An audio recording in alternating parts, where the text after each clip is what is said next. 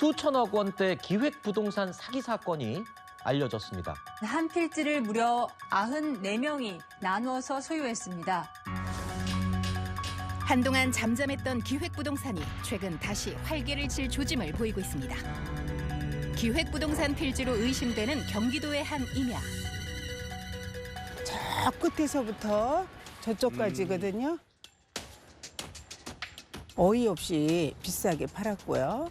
서류를 보다 보니 뭐 100명 넘게 그렇게 등기를 했다 그래서 알아보니 측량 분할 등기가 아니고 지분으로 땅 모양은 변함이 없이 그 지분만 가지고 매수를 했더라고요. 그러나 이곳은 개발 제한 구역과 군사시설 보호구역으로 개발이 불가능한 곳입니다. 군부대 때문에 여기에 건축 허가가 안 나온다는 걸 알았을 거예요. 그래도 전화를 해요. 군부대가 이사 간댔는데 그럼 외지에 있는 사람들 맞아 그 말이 맞겠지? 이렇게 해갖고 이제 그 사람들은 매수를 하는 거죠. 기획부동산 의심 지역 한 필지에서 발생한 피해액은 약 35억 원. 그러나 인근 다른 지역에서도 기획부동산 사기가 기승을 부리고 있습니다. 그래서 일반인들은 지분 거래는 잘 하지 않아요. 다 나눠줄 사람을 모아야 되잖아요.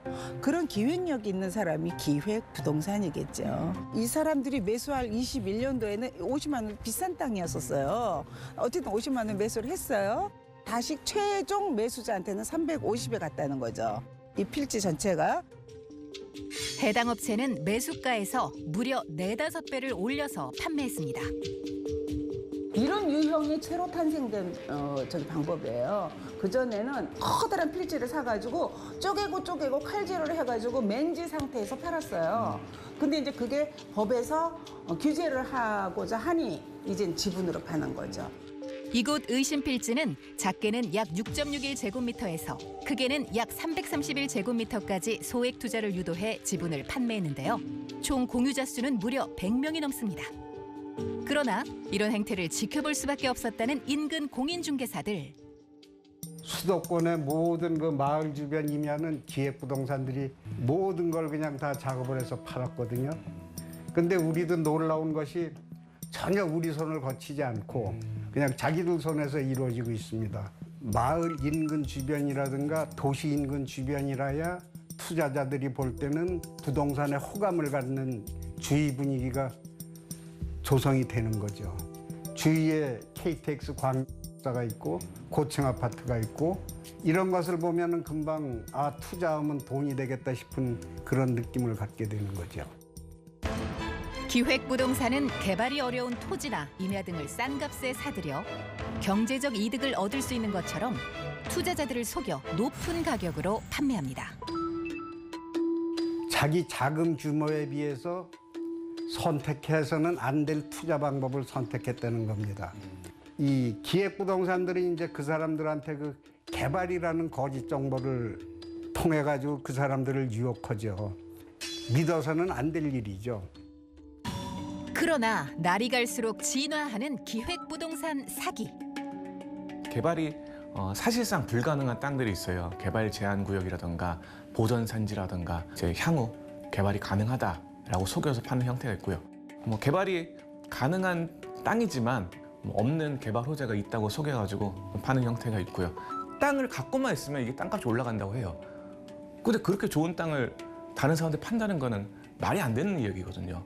건물이 없는 땅을 산다는 것 자체에 대해서 일단 의구심을 가지시고 이 땅의 구체적인 정보, 그거는 토지 지번이죠. 지번을 받으시고 그 개발 호재가 객관적으로 밝혀진 것인지 가날 관청에다 확인을 한다던가 이런 절차를 다 거치신 다음에 그래도 사도 되겠다라고 판단하면 사시는 건데 이런 걸 만약 하기 싫으시면 아예 사면 안 되죠.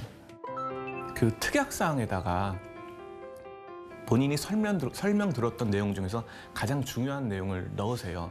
그 진입로가 없는 땅이었어요. 제주도에 있는 땅인데 진입로가 없어가지고 진입로를 개설해 주겠다라는 이제 특약을 했어요. 결국에 진입로를 개설해주지 않았고 그러면 이제 이거는 뭐 이 특약을 이행하지 않은 거 아니냐. 그래서 돈을 돌려달라. 소송을 해서 승소한 사례가 있고요. 돈은 맨 마지막에 입금하셔야 돼요. 본인이 사실은 돈을 입금하기 전까지는 어떻게 보면 본인이 갑인데 먼저 돈을 넣고 나서 본인이 을이 돼버리는 거예요. 굉장히 어려워지는 거죠. 지금도 발생하고 있는 기획부동산 사기 피해. 국토교통부에서 발표한 자료가 있는데요. 개발이 실제 어려운 지역에서 전체 면적의 10분의 1 이하로 지분으로 쪼개서 거래가 이루어진 것으로 의심되는 소위 기획부동산 의심 사례라고 추출된 거래 건수가 6,800건 정도로 조사가 됐고요. 이 거래건은 전체 토지 거래 중에 약 1.43% 정도 차지하는 것으로 나타났습니다. 이에 국토교통부는 기획부동산 사기 피해를 막기 위해 부동산 불법행위 통합신고센터를 운영하고 있습니다.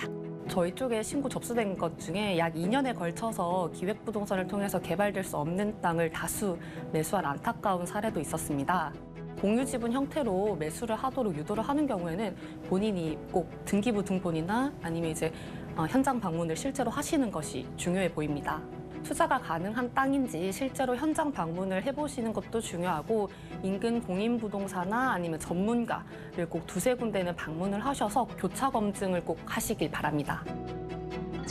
기획부동산 사기에 당하지 않으려면 거래 전 꼼꼼한 확인은 필수겠죠? 한국부동산원은 무등록 중개, 중개보수 초과수수, 중개사의 거짓 언행, 집값 담합 등 부동산 거래 시장의 불법 행위를 근절하고 건전한 부동산 시장을 조성하기 위하여 20년 2월부터 신고 접수 및 상담 업무를 운영하고 있습니다. 기획부동산과 미끼매물 등 부동산 허위 과장 광고에 대해 올해 6월 말까지 집중 신고 기간도 운영하고 있으니 국민 여러분께서는 부동산 거래 시장 불법 행위를 목격하셨다면 부동산 통합신고센터인 부동산24 홈페이지를 통해 적극적인 신고 부탁드립니다. 기획부동산 사기 예방을 위하여 홈페이지 내에 자가 체크리스트도 게시하고 있으니 혹여 기획부동산으로 의심되는 경우 꼭 한번 확인해 보시면 좋을 것 같습니다. 여러분의 적극적인 신고가 깨끗한 부동산 시장을 만드는 데 큰 원동력이 됩니다. 감사합니다.